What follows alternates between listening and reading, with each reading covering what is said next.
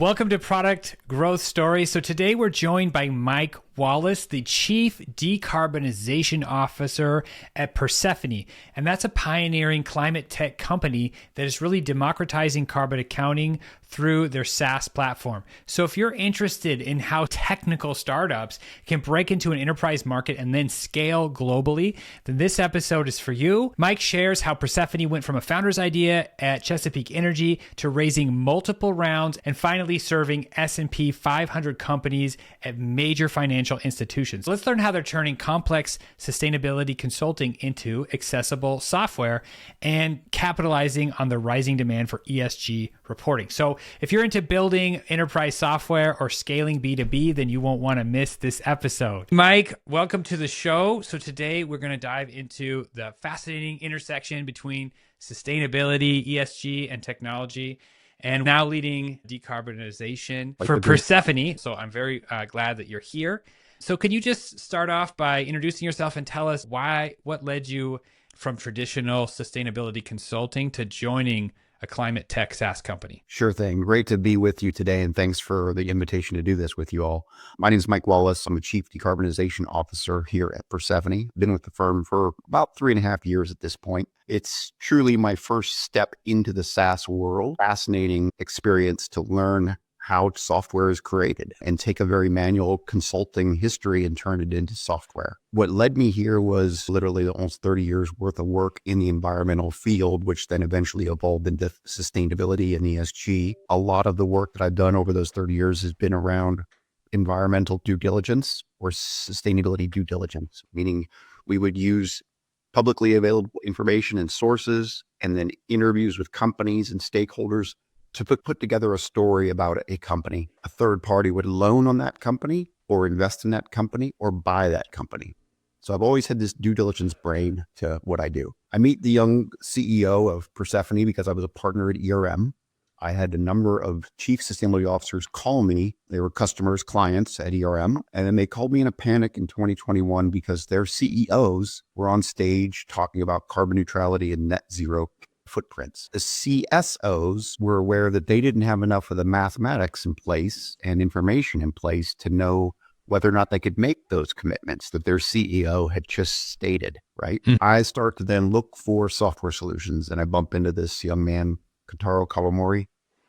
He proceeds to tell me his business model, the idea of creating a free academy for everyone to use in the world, not just for customers, and also creating a free carbon accounting software solution for everyone to use. And again, his vision and mission was decarbonizing or democratizing carbon accounting. How do we let everyone have this capability? And so he was taking a rather familiar SaaS approach, but doing it very specifically in this carbon accounting area, which is... So just bringing carbon accounting capabilities to companies that normally they wouldn't be at the right level to afford a consultant to do that for them. Correct. Yeah. And we had been doing this type of consulting. I had led teams on carbon accounting for years, and you would use the tools that are available to you. So Microsoft Excel was, and yes, elaborate, massive spreadsheets would be shared back and forth. But there wasn't a solution until Persefoni came along. How did Persefoni start building up its client base as a new company? How were you able to bring on these enterprise clients? Client base started 5 years ago when Kentaro and a couple of his colleagues were still at Chesapeake Energy. And Kentaro comes from a software background. He was the chief information officer there, youngest chief information officer in a Fortune 100 company at that time. They, like many others 5 years ago, were getting questions from the likes of BlackRock, State Street, Wall Street investors who were interested in this broader ESG performance metrics. There was a discussion internally about the fact that the greenhouse gas protocol has been around for 20 years, and we've been spending all this money on spreadsheets and consultants and third-party verification of our numbers. Isn't there a software, a large-scale ERP provider that's doing this? And Kentaro couldn't find anyone. And that was this moment where he had the business idea pop up for Persefoni. Early stage, just like you would, venture capital money from Prelude Ventures, which then turns into Series A, Series B, Series C, all available to find on the websites and press releases. Investors are coming from the private equity market, as well as banks internationally, as well as domestically.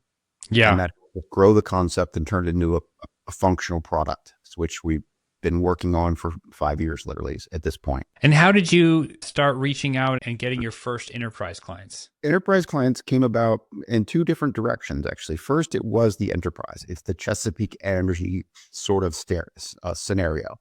Yeah. And building the business, you would look at common indices that are out there in the sustainability world, and you would look at resources like the CDP or other platforms that see in the S&P 500, since that's our target, publicly traded companies, what's going on, who's doing something, who's not. You start a marketing and communications plan. You start doing webinars, you start doing educational programming, articles, publications, etc. So that all. So you're marketing like directly to those potential customers that are interested in sustainability, but they're on the S&P 500. That was the original focus. But then as we start to get investors coming in, the investors in the private equity space are coming at us and asking, can you do this for my portfolio companies? So I'm a private equity holder in 50 companies or 100 companies. I, as the private equity company, have customers asking me for the footprint of the holdings that I am managing on their behalf. So there's this supplier-customer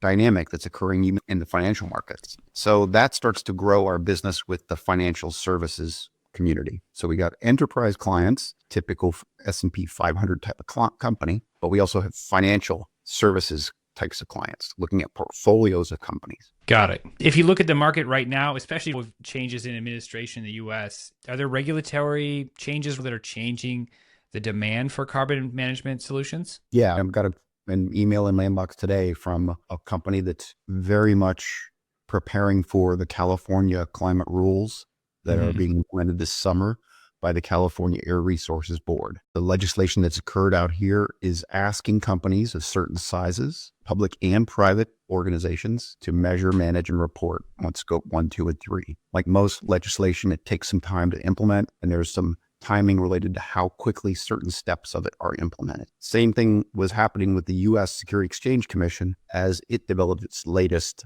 climate rule, but we know that's not going anywhere now. But in the meantime, California's approach has caught on, and we just saw this week that New York, the state of New York, is doing something similar to California. There's certainly similar things happening in the UK, in Europe, in Japan, and Singapore, and other parts of the world. Australia recently had a new law that came online that's driving this type of activity. Just to reiterate what you're saying, it sounds like there's a continuous need to be informed about local, especially if you are a large organization, you're going to need to know about specific regulatory changes in different states that you operate or sell into. So that makes sense for sure. Yeah.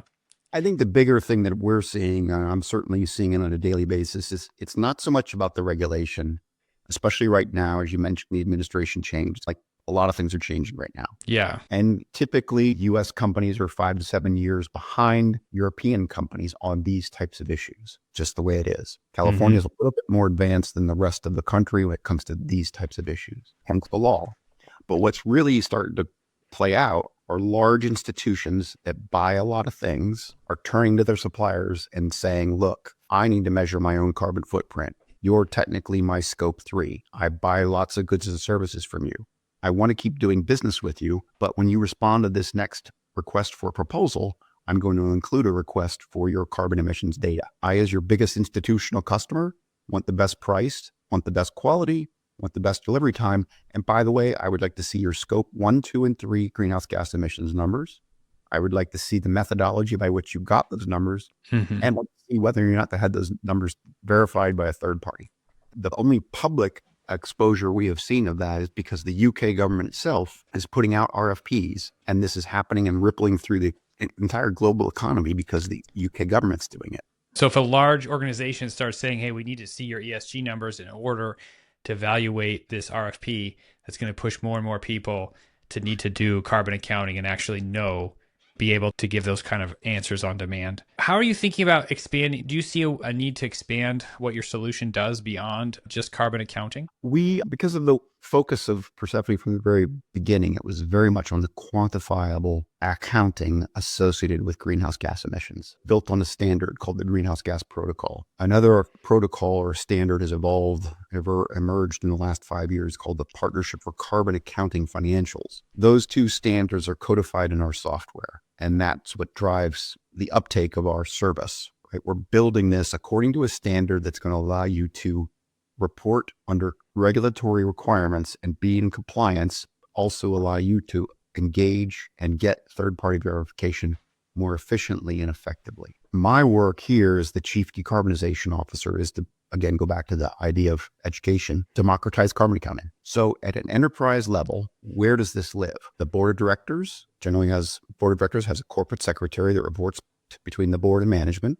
That corporate secretary is usually a lawyer. These are disclosures under requirements, so legal team needs to be involved. We see general counsel. We also see finance teams. This is where a lot of your spend is tracked. This is also who buys software and other services. So finance is involved. If you're publicly traded, you probably have investor relations team that's dealing with shareholders and getting these types of questions. You might have marketing and sales that might be curating your company's story. They might not be able to prove it. So you've got to get all of these people together. And so we've taken a very strategic approach to this by engaging with the world's leading professional associations to get access to the boards of directors, general counsels, corporate secretaries, investor relations officers. You see those publications on our site where we partner with these types of professional groups. These professional groups exist at every developed marketplace in the world. Yeah. You have associations and clubs of like-minded people that want to have time together, peer-to-peer engagement. Absolutely, yeah. Your board, what are you doing as a lawyer in that sector? What are you doing as an investor relations officer? So that's where professional engineer comes to mind, or licensed engineers is a common example. Correct. Yeah. PEs, yeah. And do you see AI transforming how we do accounting and reporting in this sector? Do you see that affecting this, even though it's so regulated and systematized? Most already is. You and I have been using AI, which is unknowingly for more than 5 years. Persefoni was incorporated with the name Persefoni AI. So again, our three founders coming from a software operations background, they saw the future when they created Persefoni, pure SaaS solution to carbon accounting. And think about, let's say you're an international company, obviously where all your factories are, or your facilities around the country. And so you're paying utility bills. That's step one for getting scope 1 and 2 in order. What do you actually have control over and where are you spending your money? Hypothetically, in this country, you have offices in 50 states. You might have 50 different utility providers selling you your kilowatts. All that's mathematics. Looking through those PDFs is something AI and machine learning helps do, right? Then when you bring all that data in-house and start to analyze it a little bit more across 50 states and 50 facilities, you can start to see anomalies that AI helps pull out for you. So imagine a project management tool that allows you to see warning signs, like across your 50 sites, 45 of those sites have actually input data at the facility level. However, those 45 don't look the same. This one seems really out of order. And so that's where AI is one step of what we're doing. Yeah, I was a project manager at a large organization, so there's nothing like early warnings before a problem to save your life. What challenges do you see enterprises facing when they're implementing these solutions?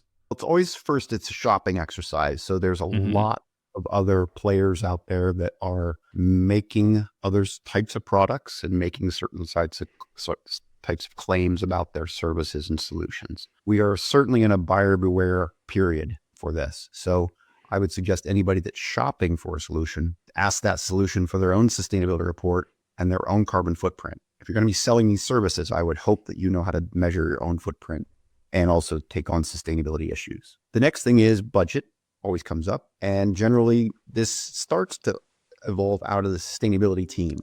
The sustainability team is not a revenue generating team in most cases. They're a cost center. So now the CSO or sustainability team is saying yet again, oh, CFO, we want more.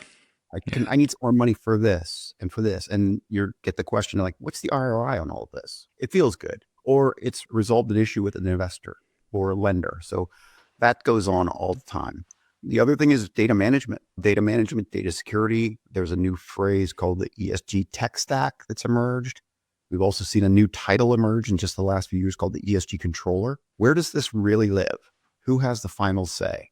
Who can we rely on internally to make sure that what we're putting out is in compliance, auditable, defensible, and replicable, right? Because you're going to have to keep it's like it is annual reporting. I'm curious for a product like this, that's such a core part of sustainability and reporting. What does the sales cycle look like for some of your enterprise clients? Like, how do you first get into conversation with them? And typically, how long does it take them to make a decision? It's been all over the board, honestly. We've had Mm. situations where, during the Biden administration, there were certain things coming down from the Biden's White House that was saying we as a nation are going to procure our goods and services in a certain way. That sent a message out to the major contractors to the U.S. government. So some of those contractors wrote to us asking for help. We had another situation where of a prospect, someone who called us, said, hey, my biggest customer wants me to do this thing called a CDP report. I don't do that. I'm in sales and marketing, but I don't want to lose this customer. Can I work with you, Persefoni, to figure this out? We actually have a free version of the software, which I mentioned. It's called Pro. It'll allow anybody to respond to that kind of customer expectation. It might not be what you need for your longer term for Corbin reporting, but it would suffice in responding to customer demand. And so in that case, they went on Pro. They set it up themselves in a matter of a week. They didn't ask for some extra help. We gave some extra help. And when 2 weeks from their initial engagement with us, they were ready to respond to that customer. You and I get RFP from our potential customers. Those RFPs come with a due date. That's why this is different than regulation and compliance. You still have to, like in California, we still need a different agency to implement the law.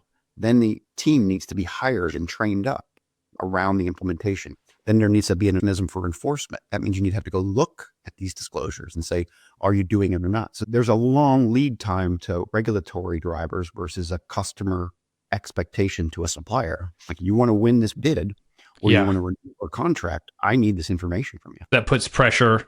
And I imagine in those cases, then you have a very short sales cycle compared to. I've been here 3.5 years and I've got some sales cycles that are that long. And in 3.5 years, I've got a handful of people that have moved to other companies, and where they've now landed, they're ready to purchase. Because the old company, they didn't get the budget, whatever, or they might have been using something else to get them there.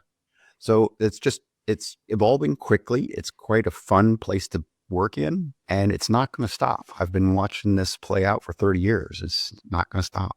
It's not necessarily a national product. It's something that the entire world needs different specifics for how they track it and how they implement it. Yeah, that's been interesting because we have 3 of the top-notch securities lawyers on our team. Allison Herring-Lee was a commissioner at the SEC when the climate rule evolved to the point where it needed to be written. She hired someone named Christina Wyatt, and then Christina Wyatt started working with the International Affairs Department of the SEC, and Emily Pierce was part of that team, looking at the international regulations that were emerging, and the US SEC was trying to figure out how to align, and that's what's Christina's job. Christina and Emily and Allison are all part of the Persefoni team now. There's no other greater experts in the world on regulatory developments and standards than those 3 women. And so to be able to work with them and see how they interpret and read the tea leaves, if you will, what's coming down the pipeline, it's a really unique spot to be in, to be able to work with them. Excellent. Thank you so much for sharing your insights today, Mike. And I'm looking forward to Persefoni's continued success. Excellent. Thank you for the time. I really appreciate it.